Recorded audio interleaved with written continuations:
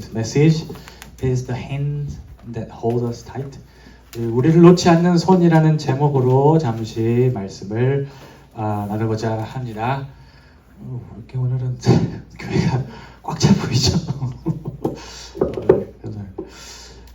제 지난주에 이런 시간을 가져봤어요. 하나님께서 저에게 무엇을 주셨나, 하나님께서 어떤 축복들을 베풀어 주셨나라는 생각을 잠시 해봤는데, 생각하면 생각할수록 제가 참 이렇게 허술하다라는 생각을 많이 갖게 되더라고요. 제가 이제 여러분들은 이제 우리가 2년 넘게 같이 생활해서 아셨지만, 제가 막 계획을 딱딱딱딱 세워갖고 거기에 맞춰서 하는 그런 성격이 또 아니에요.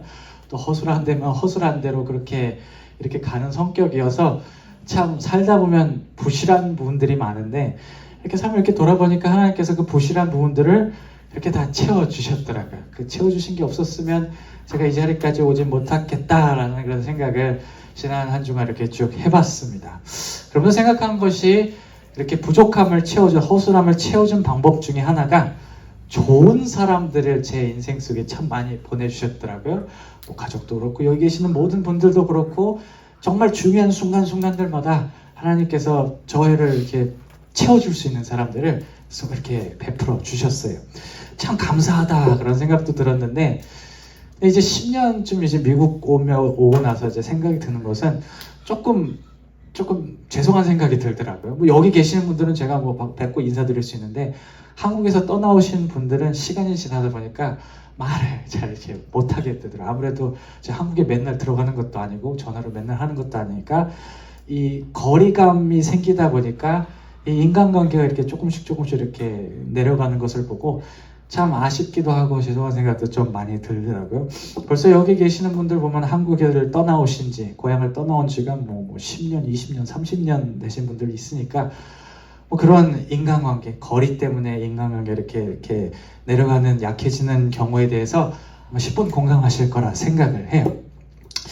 우리 관계에 영향을 미치는 요소들 중에 방금 언급한 이 거리감뿐만 아니라 뭐 신체적, 정신적 어려움들이 있을 때, 몸이 아플 때, 아니면 뭐 상황이 어려울 때 그 관계가 틀어질 수도 있고, 또 어떤 일을 우리가 막 해야 될 때 그 일 때문에 그게 어려워질 수도 있어요. 그래서 이 다양한 이 종류의 변수들과 영향력 때문에 사람하고 사람 관계를 유지하는 것만큼 어려운 것도 없다는 것들을 제가 이렇게 알겠더라고요. 그래서 뭐 어제 정말 친했던 사람들이 내일 서로 이렇게 서먹서먹해지는, 고개 끄덕거리시면 안 돼요. 여기서는 그러신 일이 없어야 돼요. 그래서 끄덕거리시면 안 돼요.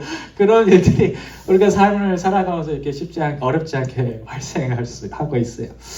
근데 여러분 말이죠, 아무리 이렇게 관계에 여러 가지 변수들, 어렵게 하는 변수들이 있어도 한결같이 우리를 대해주시는 분이 한 분 있습니다.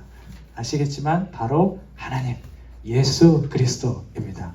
우리가 이런 변수들로 인해 손을 놓게 되는 상황에 마주하더라도 하나님은 처음이나 나중이나 한결같은 사랑의 손으로 우리를 이렇게 붙들어 주신 분이, 그분이 하나님이세요. 그리고 하나님의 손을 우리가 어떻게든 잡게 되면 그 모양이나 과정, 어떤 그런 지나온 것들은 전혀 중요하지 않아요. 하나님은 한번 손을 잡으시면 절대 놓지 않으시는 분이 바로 하나님이십니다. 오늘 본문에서 우리도 이렇게 아멘 많이 해주셨으면 좋겠어요. 여기 오셔야 돼요.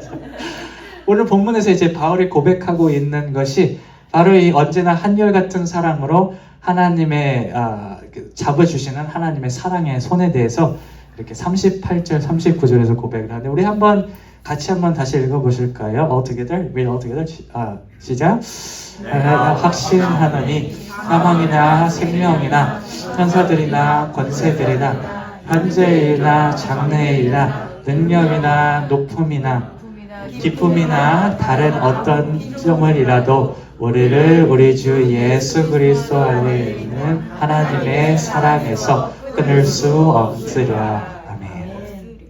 우리 38절 한번 보여주시죠. 이제 바울이 로마서에서 고백하는데, 이 고백에서 눈여겨볼 것 중 하나가 내가 확신한다라는 그 부분이에요. 어떻게 아셨어요? 지금 얘기 들었는데 확신하다는 표현인데, 이 확신한다는 이것의 그리스어 원어적 의미를 보면 이제 테페이소마이라는 뜻을 쓰는데, 이게 이 확신한다는 게 누가 얘기해줘서, 누가 얘기해주고 내가 들어서 알게 되었다는 것을 의미하지를 않아요. 그보다는 이 하나님의 사랑이 내가 정말 진실로 확신하게 된 진짜라는 어떤 강한 의미를 가지고 있어요. 그러니까 다른 말로 표현하면, 야, 이거 거짓말 아니야. 이거 진짜 내가 살아보고 돌아보니까 하나님의 사랑 진짜 있어 라고 얘기하는 그 표현이 내가 확신하노니 라는 표현이에요. 그래서 우리가 바울의 인생을 쭉 살펴보면 한 3가지 정도 그런 단계들에서 바울이 이런 큰 사랑, 이런 하나님의 끊임없는 그 사랑을 확인하게 된 것을 우리가 확인할 수가 있어요. 첫째로 바울은 기다리시는 하나님을 통해서 하나님의 사랑을 발견했습니다.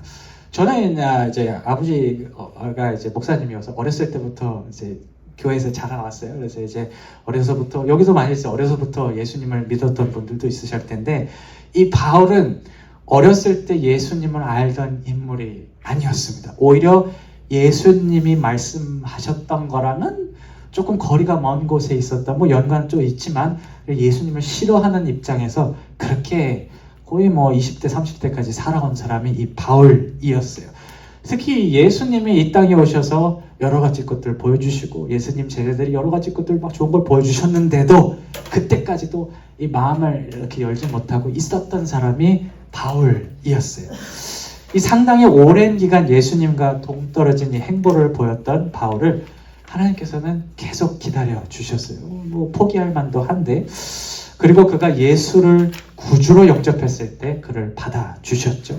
그러니까 돌아오기까지 시간이 얼마나 걸리든지 자신을 기다려 주셨던 그 하나님의 모습에서 바울은 시간이라는 것이 나와 하나님과의 사랑을 끊어낼 수 없구나 라는 것을 느꼈던 것 같아요. 특별히 오늘 본문에서 바울이 이 하나님과의 관계에 영향을 미칠 수 있는 변수에 시간과 연관된 어떤 현재일이나 장래일을 포함하는데, 아마 그것이 이런 바울의 경험에서 오지, 얼마나 시간이 걸려도 하나님은 나를 기다려 주신다, 인내하는 하나님의 모습에서 사랑을 발견했던 것 같아요. 두 번째로 바울은 용서하는 하나님을 통해서 사랑을 발견했습니다. 우리 잠깐 언급을 했지만 이제 바울에 대해서 아시는 분들은 아실 거예요. 이게 예수님과 거리를 둔 인생을 살아간 것뿐만 아니라 예수님을 싫어했어요. 예수님 제자들 너무너무 싫어했어요. 그래서 이제 예수님 따라가는 사람들 쫓아다니면서 감옥에 쳐넣고 막 이랬거든요. 이런 바울이 모습을 우리가 사도행전에서 볼 수 있는데, 어떤 경우가 있었냐면, 이 초기 교대에 처음 예수님 믿고 예수님 사랑하는 사람, 스데반 집사라는 사람이 있었죠. 들어보셨을 거예요. 스데반 집사가 예수님 믿는 것 때문에 돌에 맞아 죽었어요. 돌에 맞아 죽고 그 자리에 이렇게 죽어가는데, 바울이 그 자리에서 있는 걸 보고 이 사람 죽어도 마땅하다라고 이렇게 여겼던 사람이 바울이었어요. 8장 1절인데 한번 보실까요? 8장 1절에서 사울이 그의 죽임을 마땅히 여기더라. 그러니까 그때는 정말 예수님을 싫어하는 사람이었어요. 근데 예수님을 이렇게 싫어하던 바울이 예수님을 믿게 되는 순간이 왔을 때 하나님은 바울의 과거를 깨끗하게 용서해 주셨습니다. 과거에 무엇을 했든지 사랑의 손으로 그를 붙잡아 주셨어요. 그래서 이 용서하는 것을 통해서 하나님의 은혜로 통로로 삼아 주셔서 많은 사람들이 그 바울을 통해서 하나님의 능력을 경험하고 예수를 그리스도로 구주로 영접하도록 사용하여 주셨어요. 이처럼 과거에 자신이 걸었던 길, 잘못된 것들이 하나님과의 관계에 영향을 미치지 못한다는 것을 바울이 이제 일생을 통해서 이제 깨달은 것입니다. 마지막으로 바울은 위기를 극복하게 하시는 하나님을 통해서 하나님의 사랑을 발견하셨어요. 여기 계신 분들은 이제 알겠지만, 예수님을 믿는다는 게 누가 또 뭐라고 하진 않지만 참 쉽지 않아요.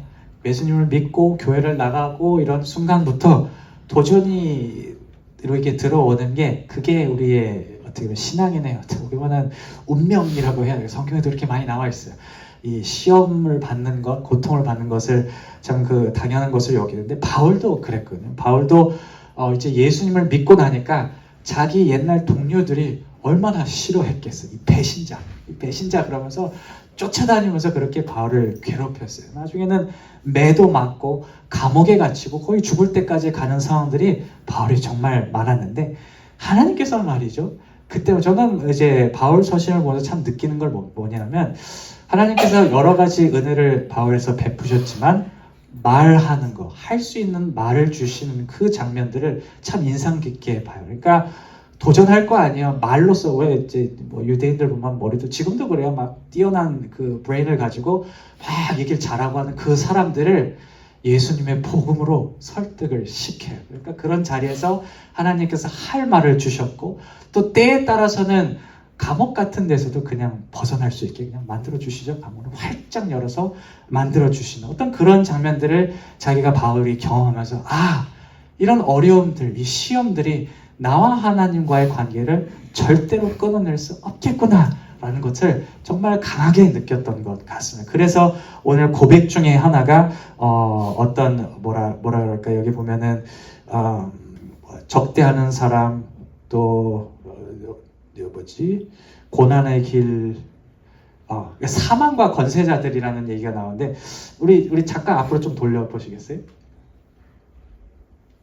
그 앞으로 여기 보면 이제 내가 확신하노니 사망이나 생명이나 천사나 권세자들이나 현재나 장래 이렇게 얘기하는데 사망이나 권세자들을 그 고백에 포함 이것들이 나를 끊지 못한다고 고백에 포함한 것을 보면 이런 어떤 일들이 있어도 하나님은 나를 찾아와 주신다라는 그런 고백이 여기에 이제 녹아 있는 것으로 볼 수 있습니다.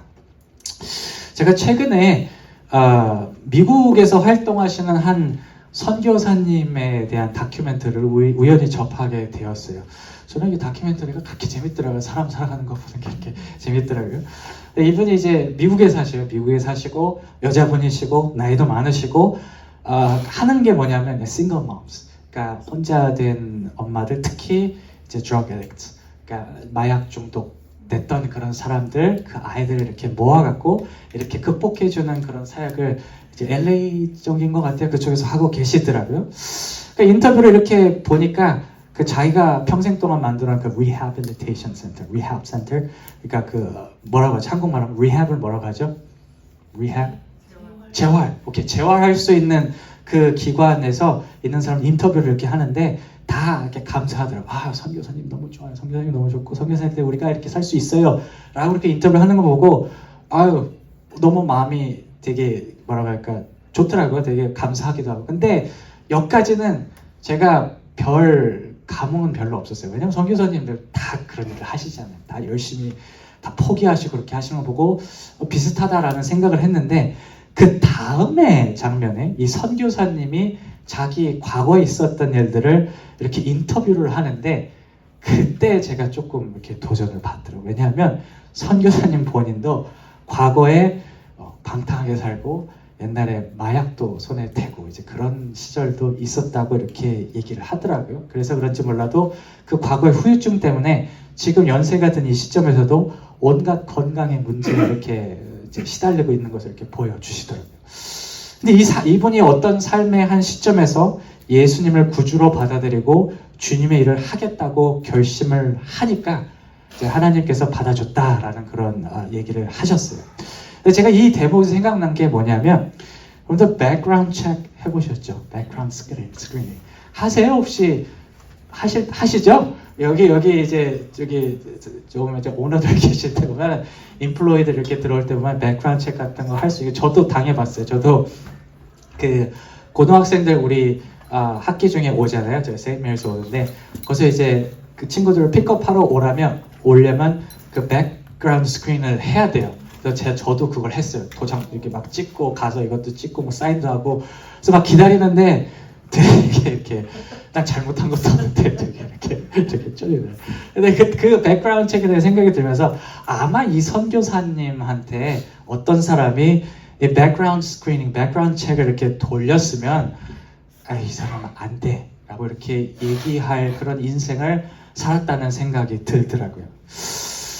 그런데 참 놀랍게도 하나님은 이 선교사님을 그냥 있는 그대로 받아주셨어요. 뭐 그런 어떤 일을 살았든지 그냥 선교의 도구로 사용하시는 보고 제가 다시 한번 깨달은 게 뭐냐면 하나님께서는 어떻게 어떤 모양으로 어떤 시점에서 손을 잡든지 그것은 중요하지 않다는 것을 저는 다시 한번 깨달았어요. 그보다는 하나님께서 중요한 것, 하나님께 중요한 것은 손을 잡는 것 그 자체라는 것을 다시 한번 그 선교사님의 그 고백을 통해서 발견할 수가 있었습니다. 그러니까 손을 잡는 본질 이외에는 내가 너희들에게 어떤 것도 상관하지 않을 만큼 우리를 사랑하고 계시고, 오늘 본문의 바울의 고백처럼 어떤 것도 끊어낼 수 없는 사랑으로 내가 너를 잡고 있다라는 그런 말씀이 제 오늘 말씀을 보면서 그 선교사의 인터뷰를 보면서 이렇게 생각을 떠올리더라고요.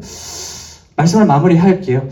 여러분, 우리가 혹시 우리가 하나님의 손을 잡기 머뭇거리는 상황들이 있습니까? 어떤 내적인 문제 때문에, 어떤 죄를 너무 많이 져서, 아니면 의심이 많아서, 아니면 아직 준비가 되지 않았다고 생각해서, 아니면은 외부의 상황에 너무 바쁘고 혼란스러워서 하나님의 손을 잡을 여력이 없지는 않습니까? 여러분, 하나님의 손을 잡는다는 것은 그렇게 어렵지 않아요. 바울이 로마서에 뭐라고 하냐면 이렇게 얘기해요. 우리가 마음으로 예수님을 믿고 입술로 예수님을 구주로 시험하면 그것이 하나님의 손을 잡는 것이라고 이렇게 얘기를 해요. 저는 여기 모인 우리 모두가 마음과 입술의 고백을 통해서 날마다 하나님의 사랑의 손을 잡기를 원합니다. 그리고 이 손을 통해서 영혼과 삶의 부요함을 얻으시기를 주님의 이름으로 축원합니다. 우리 마지막 말씀 하나 읽으시고 다 같이 읽으시고 제가 기도할게요. 네, 11절 12절인데 한번 읽어보시겠습니다. 시작. 성경에 이르되 누구든지 그를 믿는 자는 부끄러움을 당하지 아니하리라 하니 유대인이나 헬라인이라 차별이 없음이나 한 분이신 주께서 모든 사람의 주가 되사 그를 부르는 모든 사람에게 부요하시도다.